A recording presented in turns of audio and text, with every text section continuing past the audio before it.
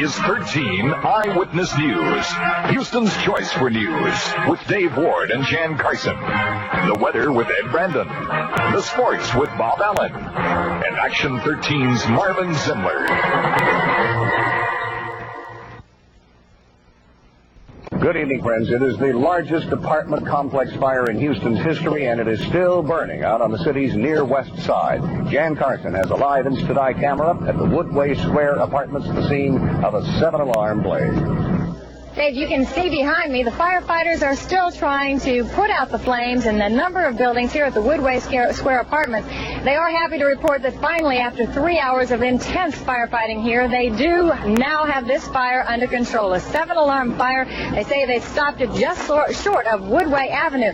This fire, fed by intense winds from the south, went from building to building, rooftop to rooftop on the shingle roofs. Fortunately, only one injury to report, a resident who was burned. We don't know what condition he's in. There were a couple of firefighters who were overcome by heat and some by smoke. But as far as loss and damage, that, who knows? It can go into the untold millions of dollars. Tom Dickerson was one of the first reporters on the scene. He files this report. The scene was one of pandemonium. Fire seemed to be everywhere as firefighters scrambled to battle the blaze, and residents of the apartment complex frantically attempted to save their personal belongings. The fire started in a building near the south end of the huge complex and jumped from roof to roof until within minutes almost the entire complex was totally involved in flame. Houston Fire Chief V.E. Rogers was in the middle of it and described how the wood shingled rooftops were the cause of the fire spreading so quickly. Like the situation is, the fire started about 2 blocks down inside the south side of the park.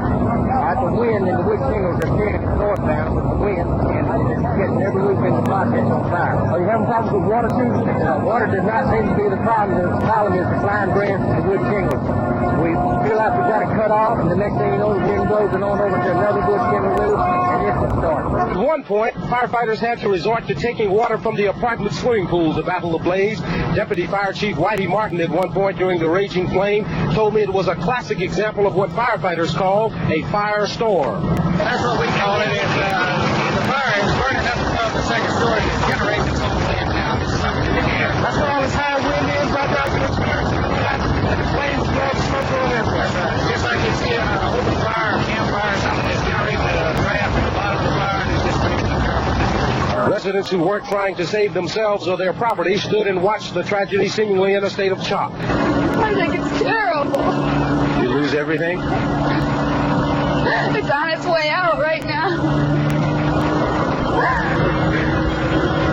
How'd you learn of the fire? How'd you find out about it? I heard it on the radio. You were at work? I was sitting in the dentist's chair.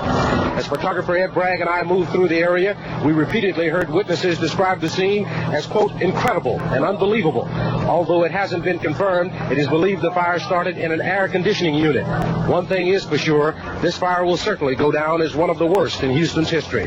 From the Woodway Square Apartments, Tom Dickerson, Eyewitness News.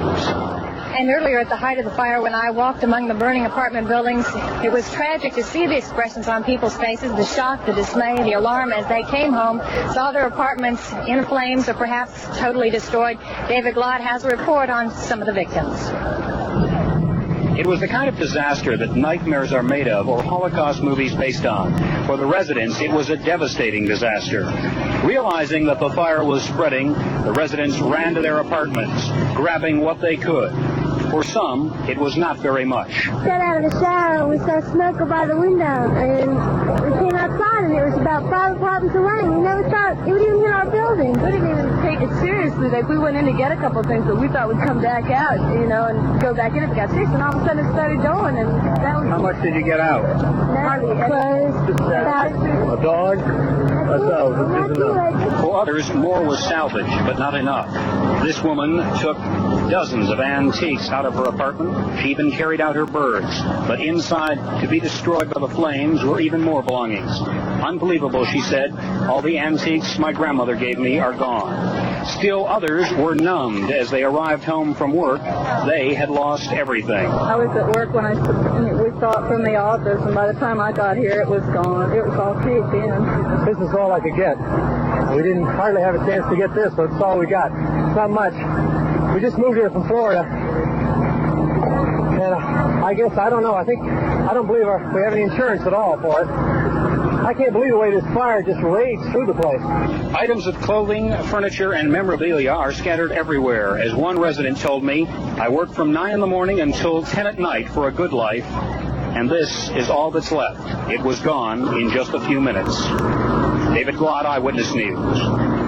As of yet, there are no exact figures on the number of apartments destroyed, estimated, however, to be around 500 or so. That means, of course, hundreds of people are left homeless tonight, their possessions destroyed, and, of course, that means problems of where they're going to stay and what kind of conditions they will be living in for the next couple of days.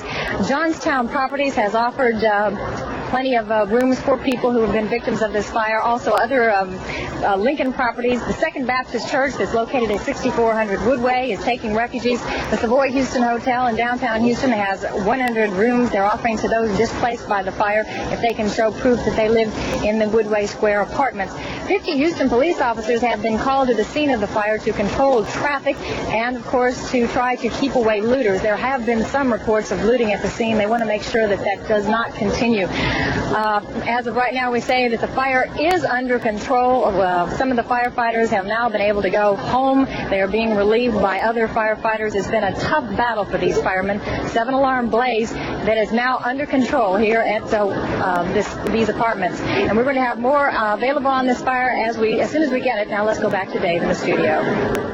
Thank you, Jane. Ironically, even as this fire was still gaining strength this afternoon, the Houston City Council was to take up an ordinance to restrict the use of wood shingles on the roofs of multi-family dwellings. This fire today clearly shows how the flames spread first along the rooftops as bone-dry wood shingles burst into flame like kindling. The city of Houston changed the building code back in 1963, before these apartments were built, and removed a previous requirement that all buildings have fire-retardant roofs. Since then, the building boom of the past 15 years has resulted in whole subdivisions with wood shingle roofs on top of closely packed apartment buildings. This blaze today is the first to develop into a fire storm that threatened to wipe out an entire subdivision, leaping from roof to roof totally out of control. The ordinance brought before the City Council today would restrict wooden roofs on apartments, but not on single-family homes. It would not ban wood shingles altogether, but it would require builders to use a lot of shielding material that would raise the cost of a wood shingle roof so high builders probably would use something else. But even as this blaze was still growing, the City Council voted to table the matter for at least another 2 weeks. Later today, at the scene of this fire, Mayor Jim McCon said he'll bring that ordinance up again at tomorrow's City Council meeting.